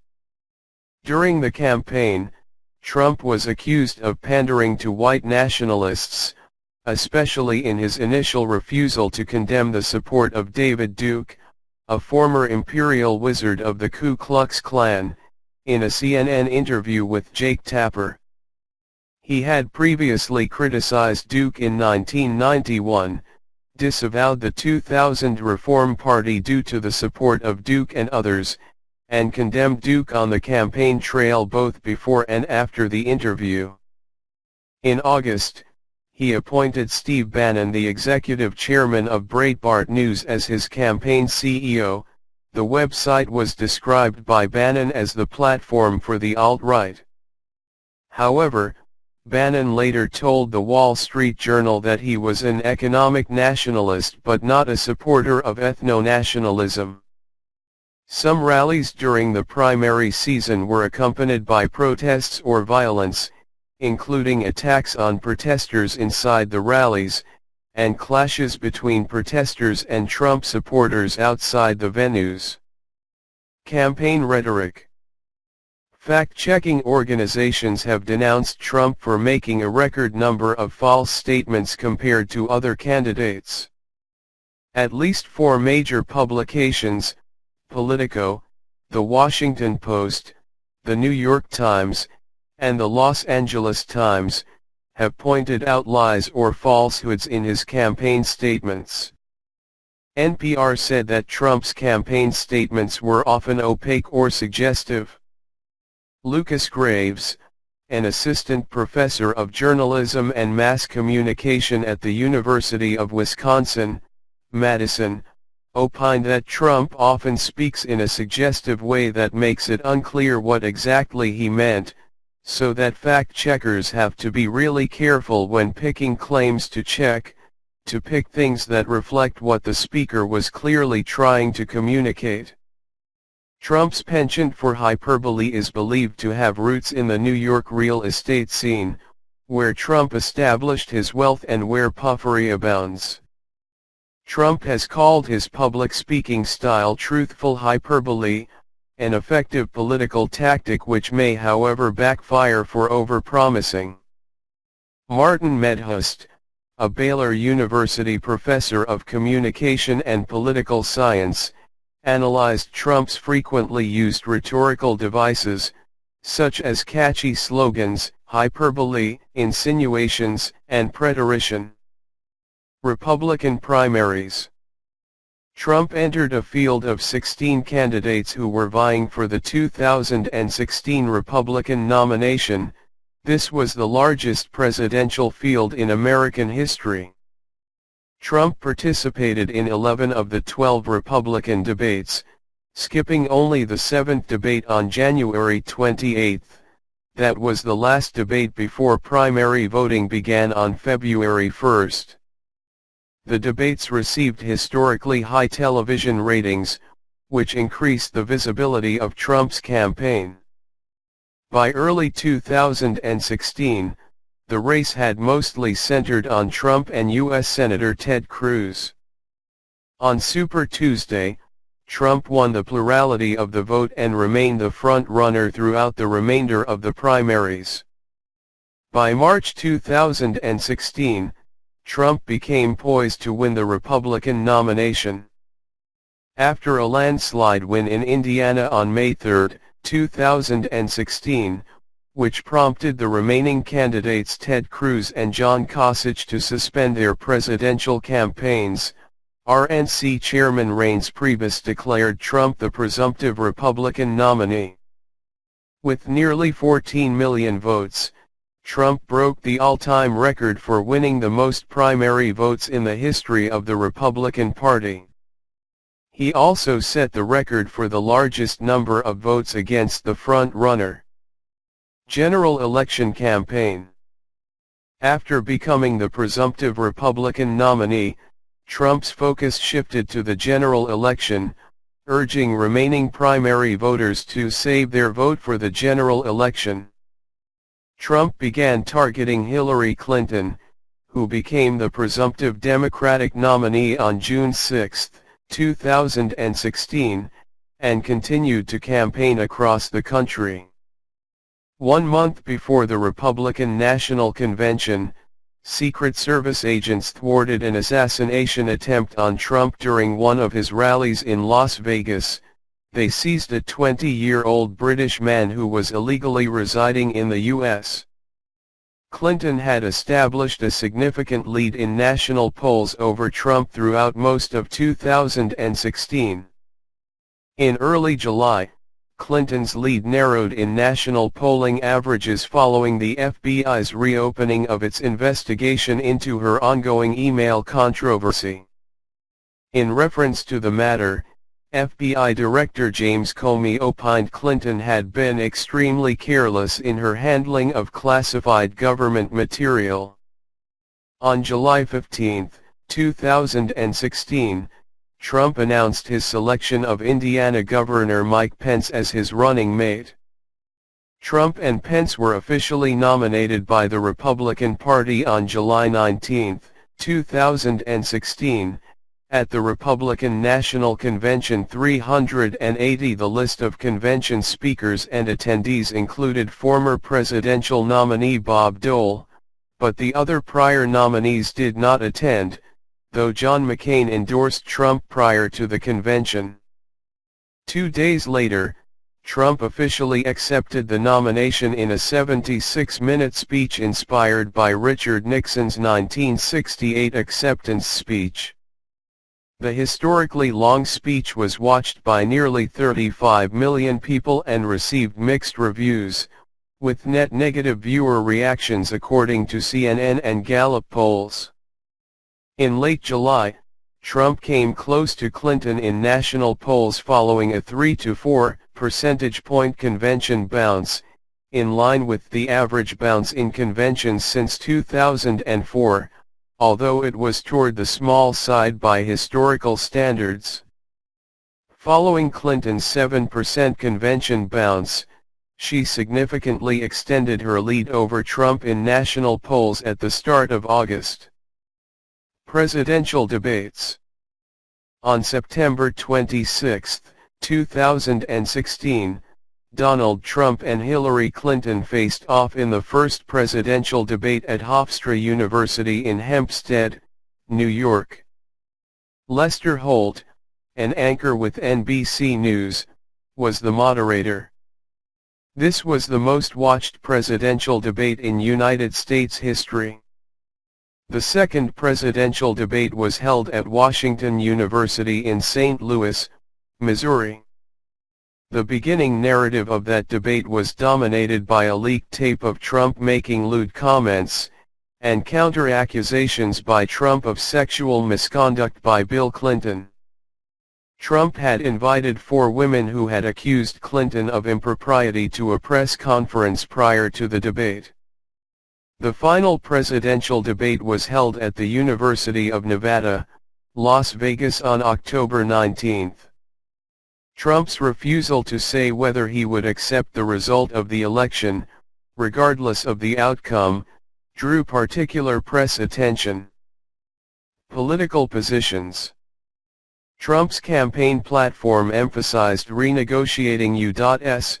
China relations and free trade agreements such as NAFTA and the Trans-Pacific Partnership, strongly enforcing immigration laws, and building a new wall along the U.S. Mexico border. His other campaign positions included pursuing energy independence while opposing climate change regulations such as the Clean Power Plan and the Paris Agreement, modernizing and expediting services for veterans, repealing and replacing the Affordable Care Act, abolishing Common Core education standards, investing in infrastructure, simplifying the tax code while reducing taxes for all economic classes, and imposing tariffs on imports by companies that offshore jobs. During the campaign, he also advocated a largely non-interventionist approach to foreign policy while increasing military spending, extreme vetting of immigrants from Muslim-majority countries to preempt domestic Islamic terrorism, and aggressive military action against Islamic State of Iraq and the Levant, ISIL, also known as ISIS or IS. Media have described Trump's political positions as populist, and some of his views cross party lines. For example, his economic campaign plan calls for large reductions in income taxes and deregulation, consistent with Republican Party policies, along with significant infrastructure investment, usually considered a liberal, Democratic Party policy. According to political writer Jack Schafer, Trump may be a fairly conventional American populist when it comes to his policy views, but he attracts free media attention, sometimes by making outrageous comments. Trump has supported or leaned toward varying political positions over time. Politico has described his positions as eclectic, improvisational, and often contradictory, while NBC News counted 141 distinct shifts on 23 major issues during his campaign. Russian interference in election. In January 2017, American intelligence agencies, the CIA, FBI, and NSA, represented by the Director of National Intelligence, jointly stated with high confidence that the Russian government attempted to intervene in the 2016 presidential election to favor the election of Trump. Interactions with Russia. There has been intensive media scrutiny of Trump's relationship to Russia. 407-408 During the campaign, Trump repeatedly praised Russian President Vladimir Putin as a strong leader, leading to jokes about their bromance. Several of Trump's close advisors, including former National Security Advisor Michael T. Flynn and former campaign manager Paul Manafort, have been connected to Russian or Ukrainian officials. Russian agents were overheard during the campaign saying they could use Manafort and Flynn to influence Trump.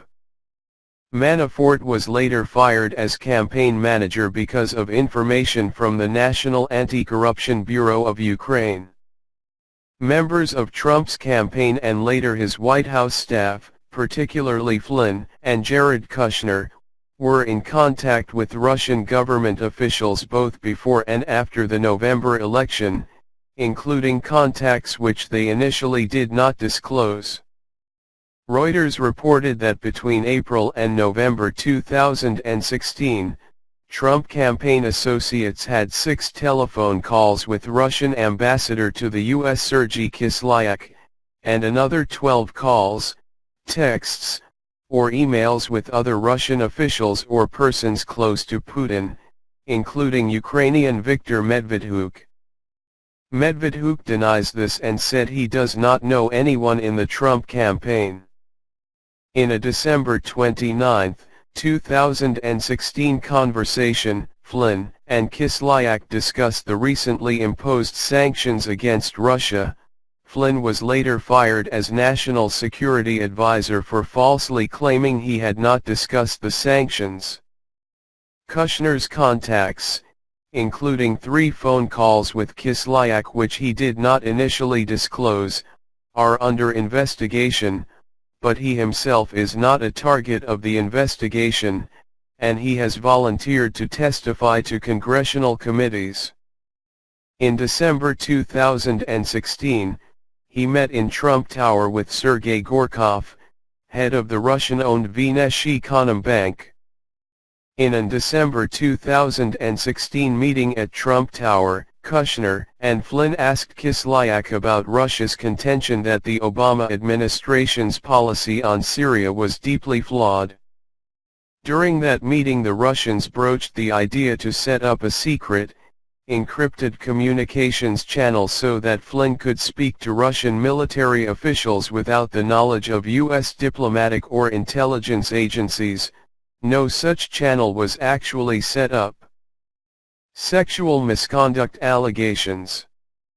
2 days before the second presidential debate, a 2005 recording surfaced in which Trump was heard bragging about forcibly kissing and groping women.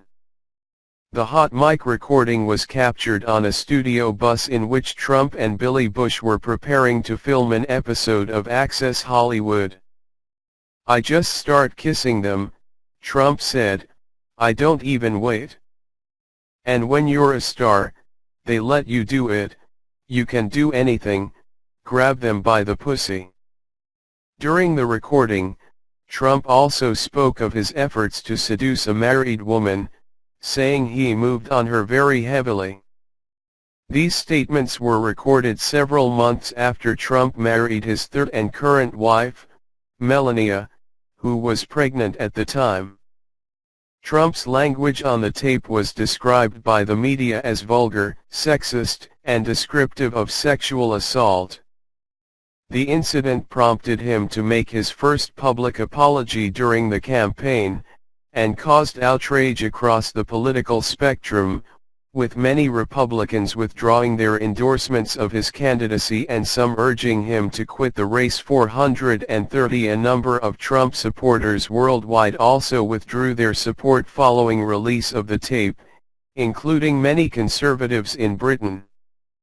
Subsequently, at least 15 women came forward with new accusations of sexual misconduct, including unwanted kissing and groping, resulting in widespread media coverage. Trump and his campaign have denied all of the sexual misconduct accusations, which Trump has called false smears, and alleged a conspiracy against him. In his two public statements in response to the controversy, Trump responded by alleging that Bill Clinton, former President of the United States and husband of Trump's Democratic rival Hillary Clinton, had abused women and that Hillary had bullied her husband's victims. Election to the presidency.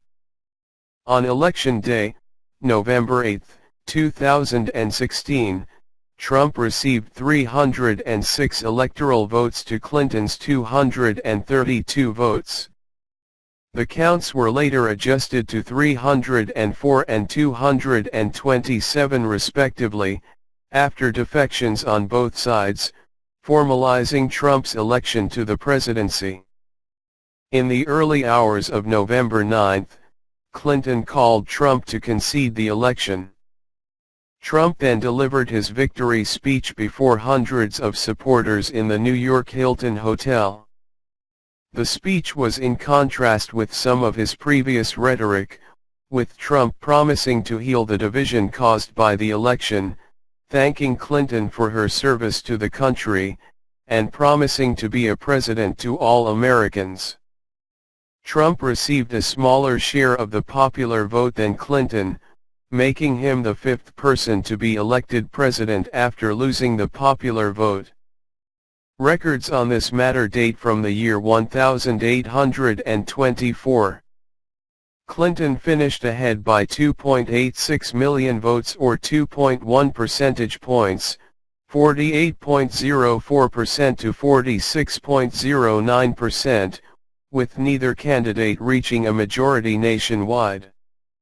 Trump's victory was considered a stunning political upset, as polls consistently showed Hillary Clinton leading nationwide, where she did win, and in most battleground states, while Trump's support had been underestimated throughout his campaign.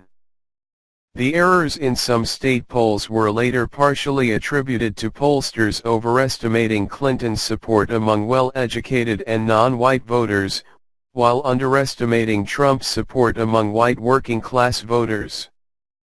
Trump won the perennial swing states of Florida, Iowa, and Ohio, and flipped Clinton's blue wall states of Michigan, Pennsylvania, and Wisconsin, which had been Democratic strongholds since the 1990s. Trump's victory marked the return of a Republican White House combined with control of both chambers of Congress, as was the case during parts of George W. Bush's presidency from 2003 to 2007. Trump became the first president without prior governmental or military experience. Of the 44 previous presidents, 39 had held prior elective office, 2 had not held elective office but had served in the cabinet, and 3 had never held public office but had been commanding generals. He is the first Republican since the 1980s to win the states of Pennsylvania, Michigan, and Wisconsin. He lost his home state of New York, becoming only the fourth candidate to win the presidency without his home state. The others were James Polk, Tennessee, in 1844, Woodrow Wilson, New Jersey, in 1916, and Richard Nixon, New York, in 1968. Protests. Trump's victory sparked protests across the United States. Trump opponents took to the streets to amplify their opposition to Trump's views and denounce his inflammatory statements. Some argued that Clinton's popular vote victory meant Trump was not the democratically elected president and should be considered illegitimate. Trump initially said on Twitter that the protests consisted of professional protesters, incited by the media, and were unfair, but he later stated that he loves their passion for the country. In contrast, after Obama's re-election in 2012, Trump had tweeted, "We can't let this happen. We should march on Washington and stop this travesty. Our nation is totally divided."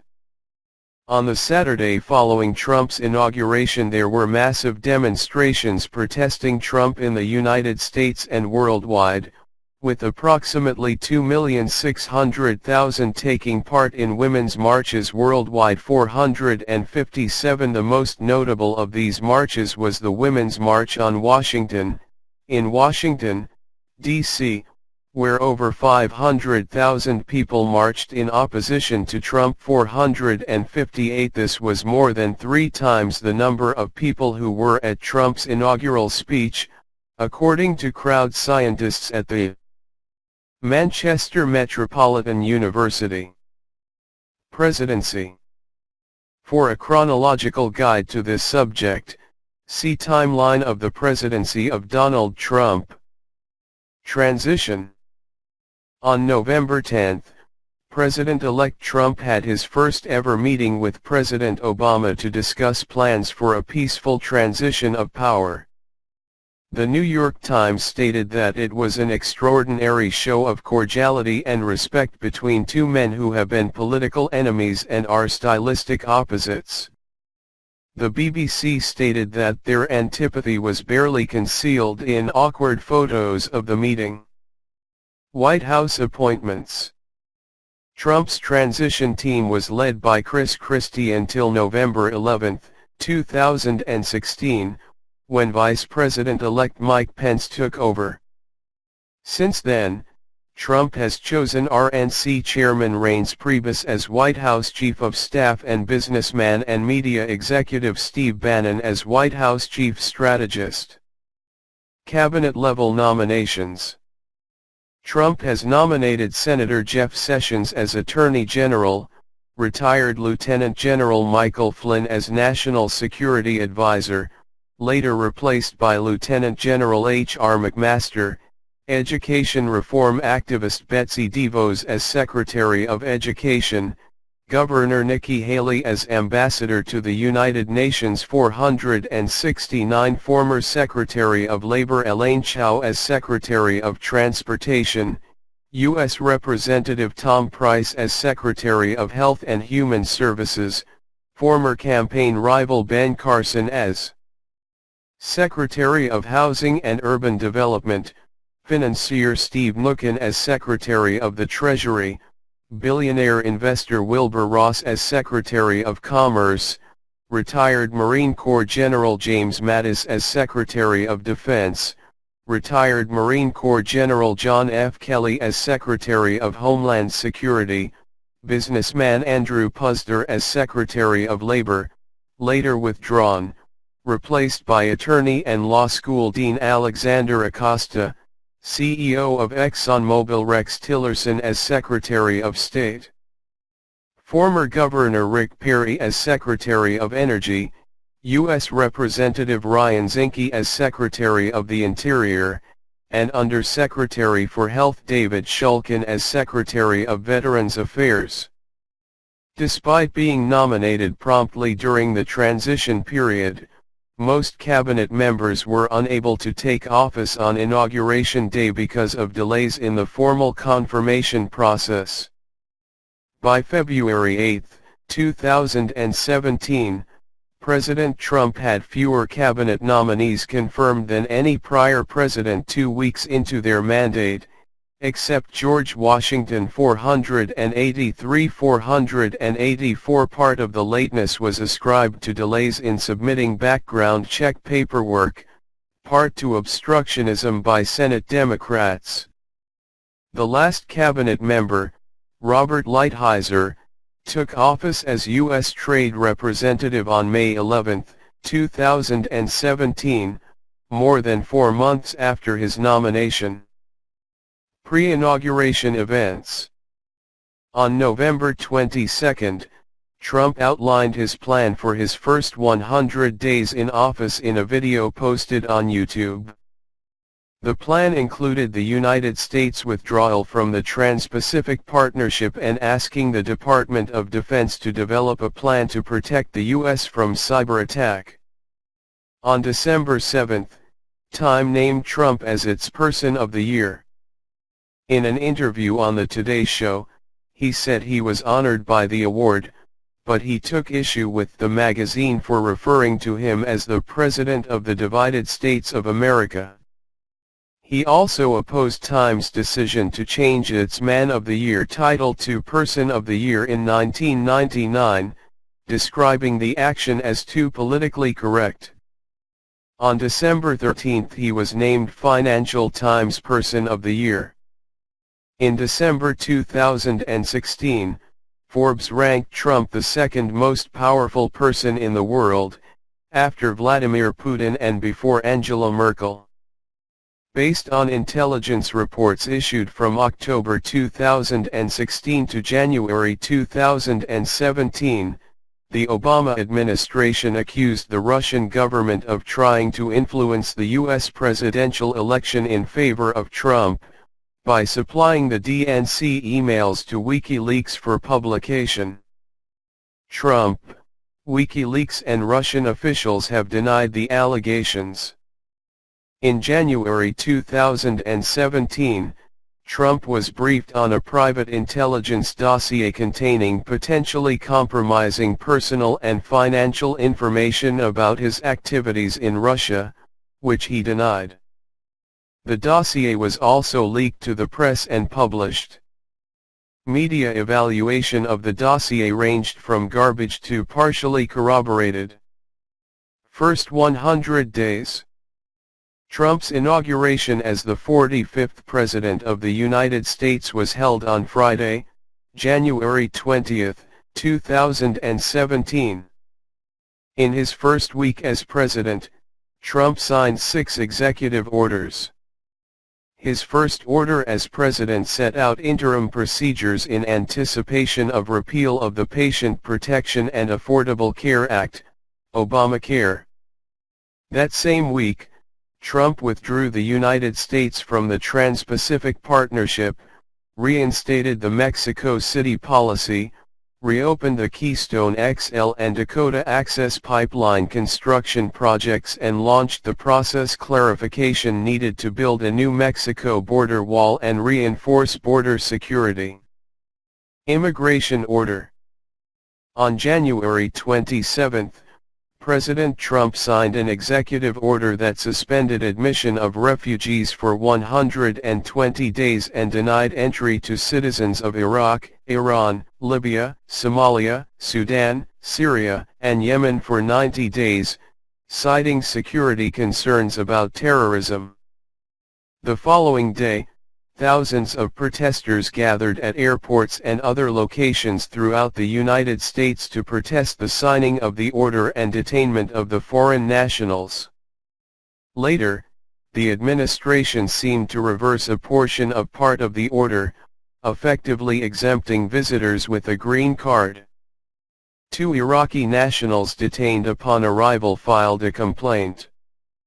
Several federal judges issued rulings that curtailed parts of the immigration order, stopping the federal government from deporting visitors already affected. On March 6, 2017, Trump issued a revised executive order that, among other differences with the original order, excluded Iraq visa holders and permanent residents from the temporary suspension and did not differentiate Syrian refugees from other countries. Supreme Court nomination.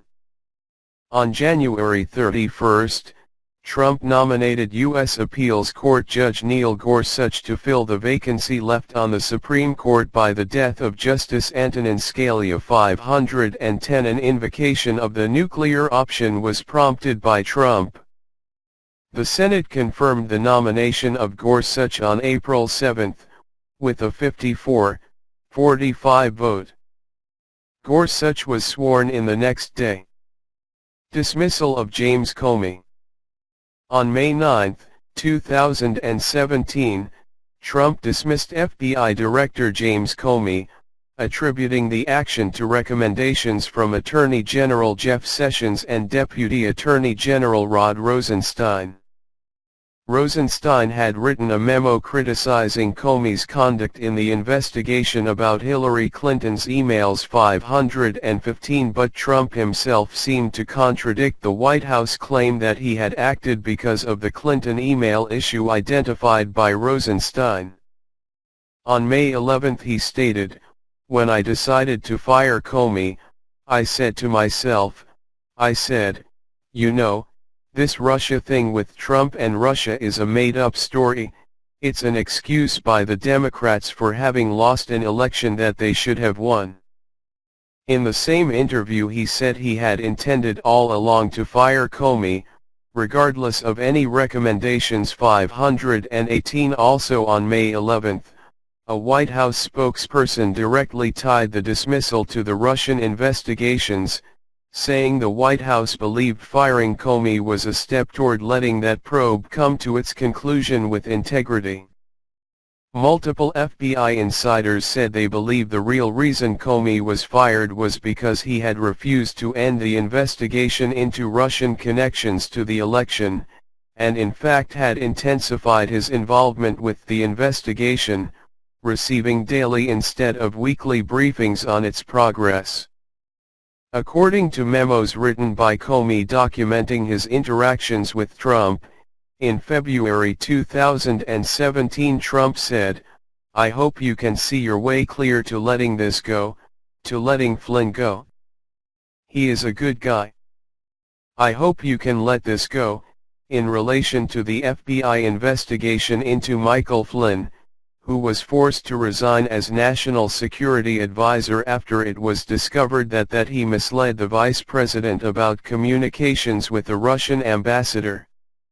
In March 2017, Trump separately asked Director of National Intelligence Dan Coats and Director of the National Security Agency Michael S. Rogers to issue statements saying there was no evidence that his campaign colluded with Russia during the 2016 election, after Comey had informed the House Intelligence Committee that the FBI was investigating the possibility of collusion. Both Coats and Rogers declined to issue the requested statement. They reportedly regarded Trump's request as extraordinary but not illegal.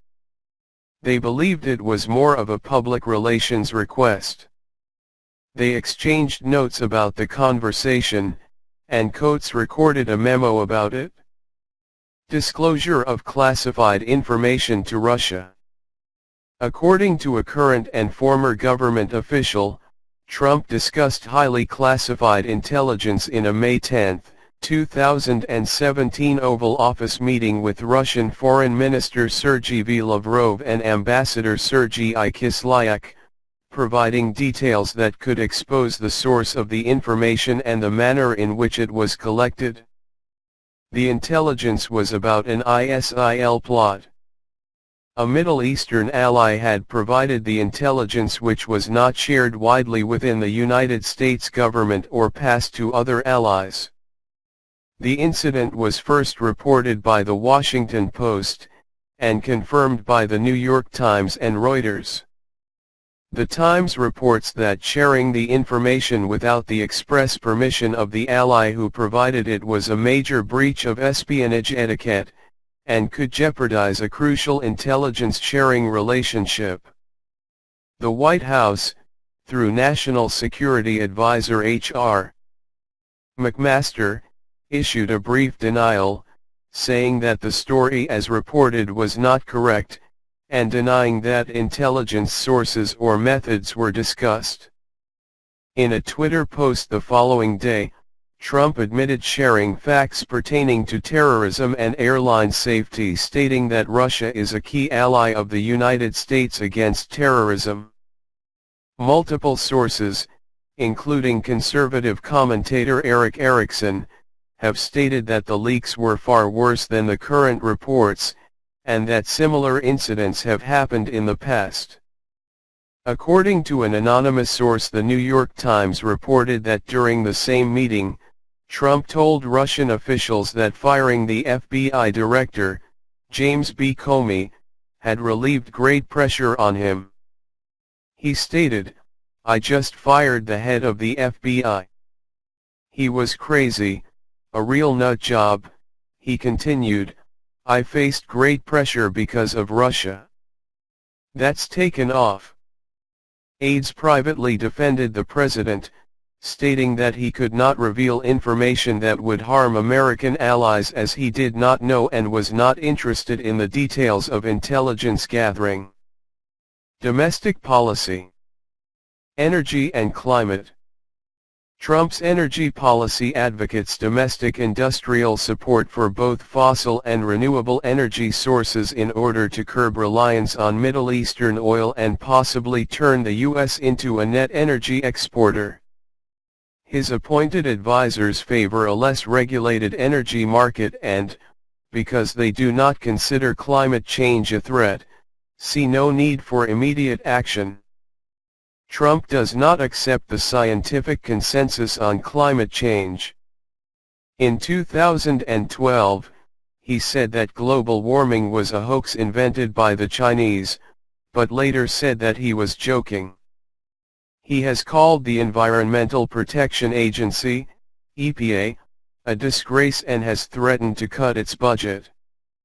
Trump has pledged to eliminate the Clean Power Plan and withdraw from the Paris Climate Agreement, which calls for reductions in carbon emissions in more than 170 countries. After winning the presidency, Trump admitted some connectivity between human activity and climate variability and said he has an open mind towards the Paris Agreement. Immigration. Trump's immigration policies were intensely discussed during the campaign. Trump vowed to build a more substantial wall on the Mexico-United States border to keep out illegal immigrants, a wall which Trump promised Mexico would pay for. He pledged to massively deport illegal immigrants residing in the United States, and criticized birthright citizenship as it creates anchor babies. He said the focus of deportation would be criminals, those who have overstayed their visas, and other security threats. Following the November 2015 Paris attacks, Trump made a controversial proposal to completely ban Muslim non-citizens from entering the United States until stronger vetting systems could be implemented.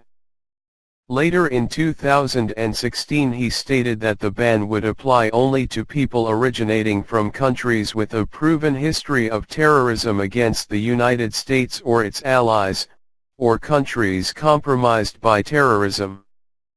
In late January 2017, Trump issued an executive order banning the admission of immigrants from 7 predominantly Muslim countries. The order was imposed without warning and took effect immediately. The measure caused chaos at many airports, with consecutive days of mass protest afflicting major airports in the United States. Multiple legal challenges were filed against the order, and a federal court blocked its implementation. In early March 2017, Trump issued a revised order into law, which excluded Iraq, gave specific exemptions for permanent residents, no priorities for religious minorities, e.g. Christian refugees, and a week was given to implement legislation. Social issues. Trump is conservative, describes himself as pro-life and generally opposes abortion. Exceptions are made in cases of rape, incest, and circumstances endangering the health of the mother. He has said that he is committed to appointing justices who would try to overturn the ruling in Roe v. Wade. He personally supports traditional marriage but considers the nationwide legality of same-sex marriage a settled issue. Trump supports a broad interpretation of the Second Amendment and says he is opposed to gun control in general, although his views have shifted over time. Trump opposes legalizing recreational marijuana but supports legalizing medical marijuana. He favors capital punishment, as well as the use of waterboarding. Healthcare. In 1999, Trump told Larry King Live that "I believe in universal health care." Trump's 2000 book, The America We Deserve, argued strongly for a single-payer health care system based on the Canadian model, and has voiced admiration for the Scottish National Health Service. However, Trump has repeatedly vowed to repeal and replace Obamacare. In March 2016, Trump's campaign released a platform summary which included a variety of free market health reforms, including provisions to allow health insurance to be sold across state lines, enable individuals to deduct health insurance premiums, expand health savings accounts, and give more control of Medicaid to the states. Trump aims to streamline the Department of Veterans Affairs, getting rid of backlogs and wait lists, and upgrading relevant facilities. On his first Monday in office, Trump issued a federal hiring freeze on the VA. Education. Trump has stated his support for school choice and local control for primary and secondary schools. He opposes the Common Core State Standards Initiative for primary and secondary schools, and has called Common Core a disaster that must be ended. He has stated he would abolish all or part of the Department of Education.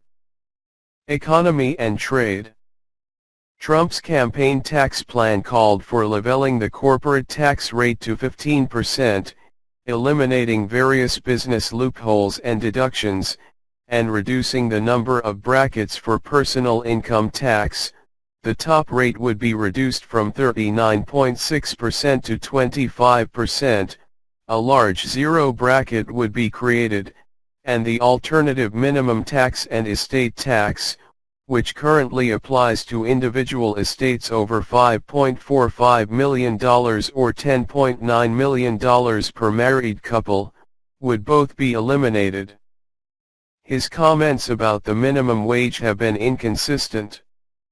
Trump identifies as a free trader, but says that trade must be reasonably fair.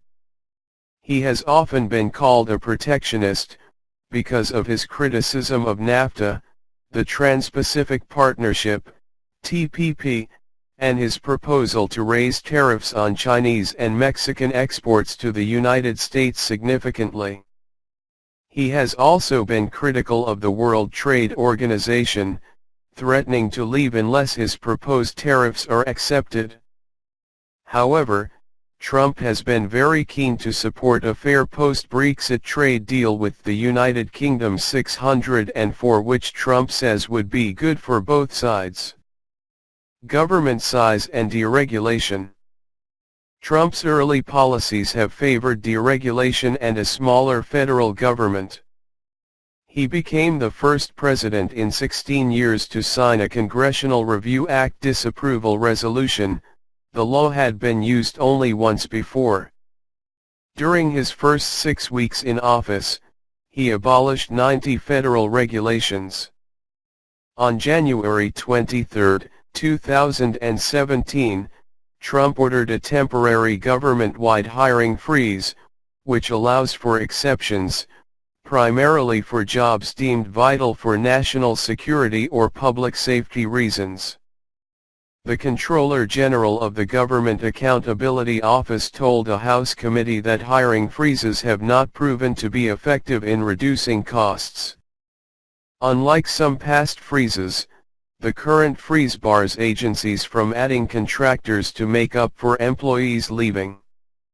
A week later, Trump signed Executive Order 13,771, directing administrative agencies to repeal 2 existing regulations for every new regulation they issue. Harvard law professor Jody Freeman said that the order would do no more than slow the regulatory process, because it did not block rules required by statute. On February 24, 2017, Trump ordered the agencies to create task forces to determine which regulations are deemed burdensome to the U.S. economy. Agency defenders expressed opposition to Trump's criticisms, saying that the bureaucracy exists to protect people against well-organized, well-funded interest groups. Foreign policy. Trump has been described as non-interventionist and nationalist. He repeatedly stated that he supports America First foreign policy 620. He supports increasing United States military defense spending, but favors decreasing United States spending on NATO and in the Pacific region. He says America should look inward, stop nation building, and reorient its resources toward domestic needs. As a candidate, he questioned whether he, as president, would automatically extend security guarantees to NATO members, and suggested that he might leave NATO unless changes are made to the alliance. But as president, he has reaffirmed the U.S. commitment to NATO. In order to confront the Islamic State of Iraq and Syria, ISIS, Trump in 2015 called for seizing the oil in ISIS-occupied areas, using U.S. air power and ground troops. In 2016, Trump advocated sending 20,000 to 30,000 U.S. troops to the region, a position he later retracted. Regarding the Israeli-Palestinian conflict, Trump has stated the importance of being a neutral party during potential negotiations, while also having stated that he is a big fan of Israel. During the campaign, he said he would relocate the U.S. Embassy in Israel to Jerusalem from its current location, Tel Aviv, although he has not pursued that proposal as president. On May 22, 2017, Trump was the first sitting U.S. president to visit the Western Wall in Jerusalem, during his first foreign trip, visiting Israel, Italy, the Vatican, and Belgium. Both as a candidate and as president, Trump repeatedly said he wants a good relationship with Russia. Trump has pledged to hold a summit meeting with Vladimir Putin. He added that Russia could help the U.S. in fighting ISIS militants. 635 On April 7, 2017, Trump ordered the Shahray missile strike in retaliation for the chemical weapons attack in Syria. Indications of 2020 presidential campaign.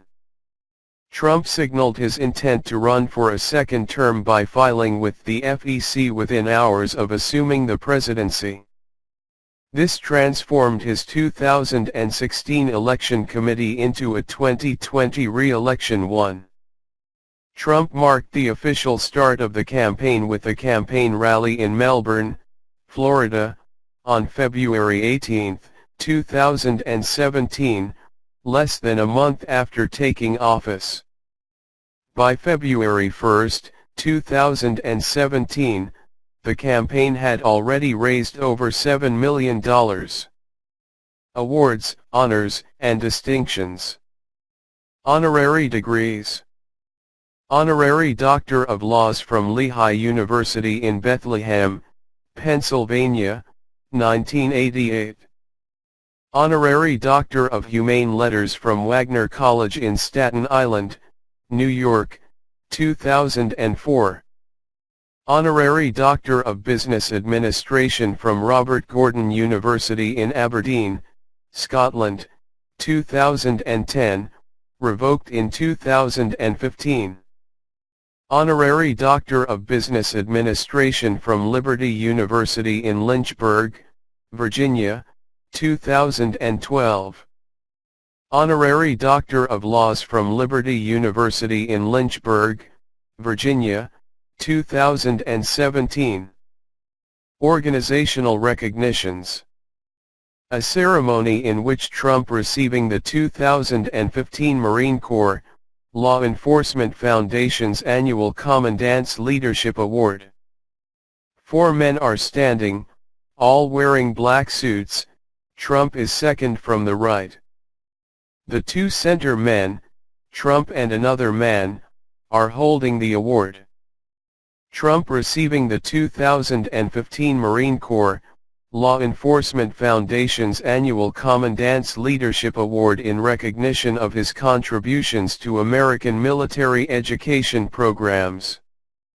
The Jewish National Fund's Tree of Life Award for contributions to Israel, United States relations.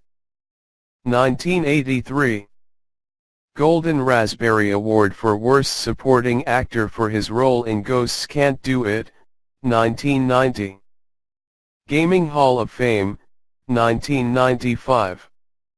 Star on the Hollywood Walk of Fame, 2007.